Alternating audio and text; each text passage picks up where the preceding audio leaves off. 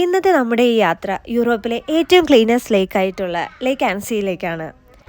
നമ്മുടെ ഈ യാത്ര ഏറ്റവും കൂടുതൽ എൻജോയ് ചെയ്തത് നമ്മുടെ ആരോൻ തന്നെയായിരുന്നു കേട്ടോ. അവിടെയെല്ലാം ഓടി നടപ്പുണ്ടായിരുന്നു അവൻ.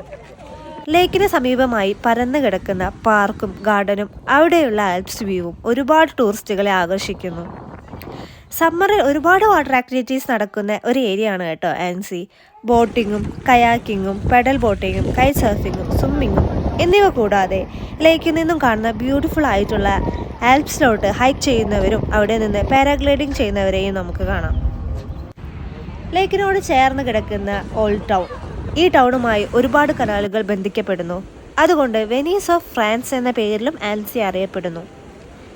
കനാലിനോട് ചേർന്ന് ഒരുപാട് ഷോപ്പുകളും റെസ്റ്റോറൻറ്റ്സും പെയിൻറ്റിങ് ഷോപ്പുകളും എല്ലാമായി ആൻസി എപ്പോഴും തിരക്കിലാണ്.